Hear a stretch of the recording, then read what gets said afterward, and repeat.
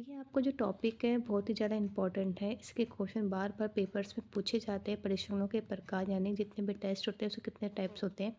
पहला है उपलब्धि परीक्षण। उपलब्धि परीक्षण में क्या होता है, इसमें क्या है, एक टीचर शिक्षा अधिगम प्रक्रिया में पहले ही उद्देश्यों को निर्धारित कर लेता है कि उसका ये उद्देश्य है, उसको ये उद्देश्य को पूरा करना है। उस उद्देश्य के आधार पर ही वो क्या करते हैं, अपनी विधियाँ हो गई, जितनी भी सामग्री हो गई, उसका चयन करते हैं।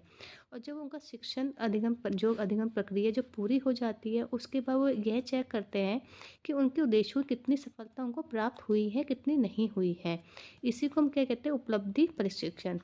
और सेकंड है निदानात्मक परीक्षण। इसके अंदर क्या है कि इसमें शिक्षा अधिगम प्रक्रिया के दौरान यह देखा जाता है कि हमें बच्चों को प्रॉब्लम्स कहाँ आ रही है, कहाँ का बच्चा उस कार्य को नहीं कर पा रहा, जो प्रॉब्लम है उसको निकालना। तो यानी इस पता करने को हम क्या कहते हैं, निदानात्मक परीक्षण कहते हैं। थर्ड है उपचारात्मक परीक्षण। इसमें अंततः क्या होता है, जो हमने निदान किया, जो हम बच्चे की जिस चीज़ की प्रॉब्लम हमने निकाली, उस प्रॉब्लम्स का इसमें उपचार किया जाता है ताकि बच्चों की प्रॉब्लम सॉल्व की जा सके। तो इसको कहते हैं उपचारात्मक परीक्षण। CRT आधार सदन परीक्षण। इसमें कभी कभी क्या होता है, जो मूल्यांकन होता है, प्रक्रिया में केवल यह देखा जाता है कि बालक निपुण बन पाया है या नहीं बन पाया, क्या उस बच्चे ने न्यूनतम योग्यता प्राप्त कर ली है। जैसे हमारे उसमें देखा होता है कि 33% बच्चों को 33% का प्रावधान रखा हुआ है। जैसे सीटेट का एग्ज़ाम होता है, उसमें 90 मार्क्स लाने ज़रूरी होते हैं।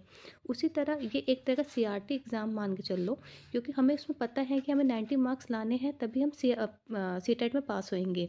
तो किसी कक्षा को पास करने की न्यूनतम आवश्यकता है कि इसी न्यूनतम आवश्यकता 90 मार्क्स वाला ही बच्चा पास होगा।